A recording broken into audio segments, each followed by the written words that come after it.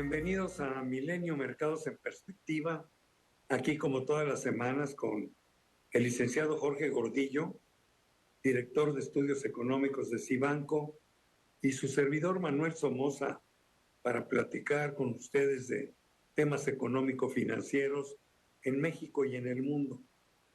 Tuvimos una semana con mucha información, muy interesante. Habló la Reserva Federal.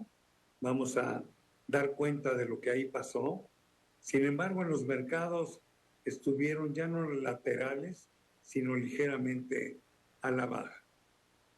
La crisis, entre comillas, del sistema bancario norteamericano, pero sobre todo de los bancos regionales, fue lo que hizo mucho ruido y los mercados no pudieron avanzar hacia adelante.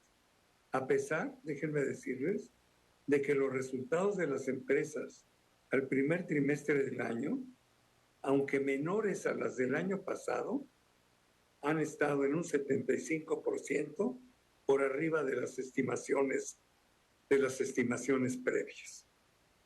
Los datos que dieron los grandes bancos fueron en términos generales muy buenos, y también las grandes tecnológicas, que son las que han estado impulsando el mercado. Sin embargo, como dije antes, no pudieron cristalizar estos resultados porque el miedo o la incertidumbre que genera el tema de los bancos regionales en Estados Unidos sigue preocupando a los mercados.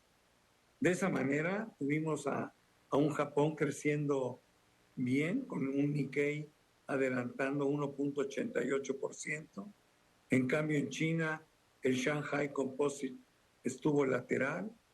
En el euro 600 perdió 0.29, el Dow bajó 1.76, el S&P 1.24, Nasdaq bajó 0.46, la Bolsa Mexicana de Valores también se contrajo en 0.37.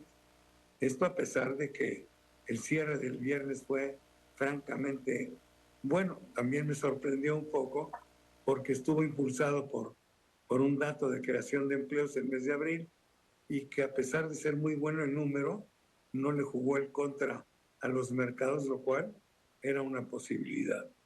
El peso se apreció más, le ganó al dólar en 1.36% para cerrar abajo de los 18 pesos, y el euro se mantuvo lateral a niveles de 1.10 por dólar. O sea que eso es lo que tenemos. Pero no cabe duda que la noticia más importante fue lo que dijo la Reserva Federal el miércoles, y yo aquí sí le pediría ya al licenciado Gordillo que nos dijera cómo vio el anuncio, qué le gustó, qué no le gustó, y qué se puede leer entre líneas de lo que dijo Jerome Powell después de subir la tasa de interés en 1/4 de punto. Adelante, Jorge, por favor. Gracias, Manuel. Saludos a todos. Sí, muy interesante, porque previo a la reunión, todo el mundo estaba, el contexto que teníamos tuvimos un primer semestre económicamente sólido en Estados Unidos, pero con mucha expectativa de que se vaya apagando muy rápido, con mucho miedo y con una probabilidad alta de entrar en recesión para la segunda mitad de año, específicamente a la final. Y entonces, en esa percepción estamos parados y queremos escuchar cuál es la preocupación que tenga la Reserva Federal sobre el sector bancario. Y bueno, lo que escuchamos en el comunicado es, bueno, aumenta 25 puntos base, pues quiere decir que todavía cree que tiene que ser contundente en el mensaje de controlar la inflación, pero dice que a lo mejor ya es momento para evaluar las políticas hacia adelante, cómo este nivel de tasa de interés, qué le puede hacer a la economía, qué le puede hacer a la inflación, darle una ligera pausa. Por lo pronto, para la reunión de junio ya nadie espera aumentos o movimientos en la tasa de interés. Ahora, no dice que hay un techo en la tasa para evitar que el mercado diga ya no se va a mover la tasa, no importa qué, y vamos a empezar a discutir ahora cuándo van a bajar la tasa. La deja abierta porque todavía no sabe cuál va a ser el siguiente efecto en la inflación, porque ya pasamos la parte fácil, la parte que está bajando rápido, pero viene la parte complicada en los siguientes meses para acercarse a la meta. Entonces, lo deja abierto.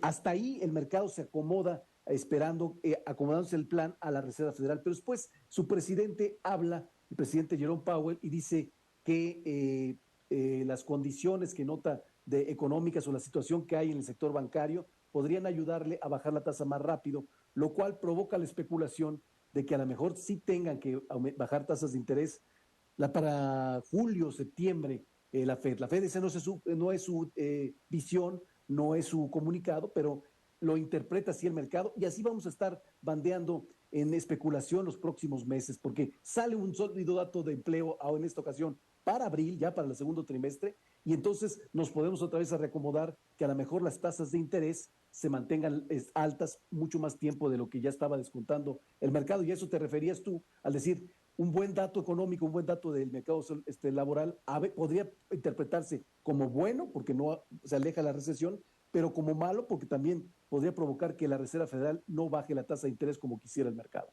Pero bueno, en el mismo sentido, también se pronunció el Banco Central Europeo. Subió la tasa un cuarto de punto, del 3 al 3,25. Sin embargo, ahí no hay esperanza de tregua. Yo me quedé con la impresión de que van a buscar el 3,75, es decir, todavía van a subir las tasas medio punto más en Europa. Y 3,75 sería algo como récord histórico, ¿no? Yo no me acuerdo de haber visto tasas tan altas en Europa. Tal cual como lo dices, recordar que Europa tardó un poco más en endurecer su política monetaria, en aumentar tasas, a como lo hizo la mayor parte del mundo. Y bueno, está retrasado y es el que más problemas tiene en cuestión de inflación, porque los que más dependencias tenían por el gas ruso y energético ruso, que aunque ya dependen menos, todavía la situación en Ucrania y Rusia se mantiene candente. Parece que se arreglaba, pero esta situación que pasó en la semana sobre un posible atentado al presidente ruso vuelve a prender los focos y vuelve a poner, ser evidente que esta situación no se va a arreglar pronto. Muy bien. Yo quisiera regresar al tema del sistema bancario en Estados Unidos. Yo creo que la parte importante está resuelta, que no vamos a tener una crisis bancaria tipo lo que vivimos en el 2008-2009, pero sí creo que sigue habiendo un tema en los bancos pequeños o bancos regionales. Ya vimos lo que le pasó a este banco de San Francisco que tuvo que ser tomado por JP Morgan Chase, ¿no? Y ahora hay otro banco en California también con problemas. Y yo creo que pueden salir muchos más.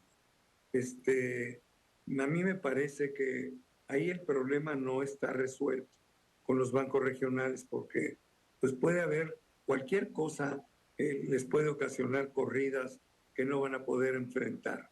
Pues yo no sé si esto va a cambiar la fachada del sistema financiero en Estados Unidos, es decir, que de los 3,000 bancos que hay, al final resulta que se quedan 150, pero algo va a tener que suceder, ¿no? Claro, lo dices muy claro, son muchos bancos, esa es la fuerza que le da el sector financiero a Estados Unidos. Siempre este tipo de situaciones, todo el mundo se regresa y se enfoca en la regulación, porque no están igualmente regulados los bancos regionales pequeños como los grandes, y la regulación juega un papel un poco de evitar este tipo de cosas que no se contemplan. Esta situación que estamos viviendo, nadie la pensó ni nadie la imaginó que se viviría hace 20 años, hace 10 años. Me gustaría platicar de México, de cómo vemos la política monetaria en México. El día 18, si no mal recuerdo, es la reunión de política monetaria. La gobernadora hace un par de semanas dijo, no quiero mentir, pero lo que entendí yo era que estaban dispuestos a analizar la posibilidad de detener el alza en las tasas de interés en México porque ya estaban muy altas. Y esto lo que me dice a mí es que pues iban a considerarlo, ¿no? La diferencia de tasa entre México y Estados Unidos es de 625 puntos base y entonces pues México tiene ahí un colchoncito. Claro que del otro lado de la moneda está el hecho de que la inflación es muy alta, ¿no? La inflación subyacente en México está en 7,75. Eso es altísima, ¿no? y entonces parecería una incongruencia ya no subir la tasa cuando la inflación está en esos niveles.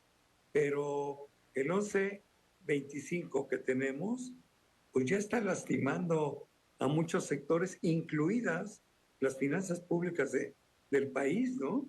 El costo del financiamiento de la deuda se ha incrementado en forma muy importante. La gran pregunta de los 64,000 pesos es, ¿qué piensas que va a hacer Banxico? ¿Hará una pausa?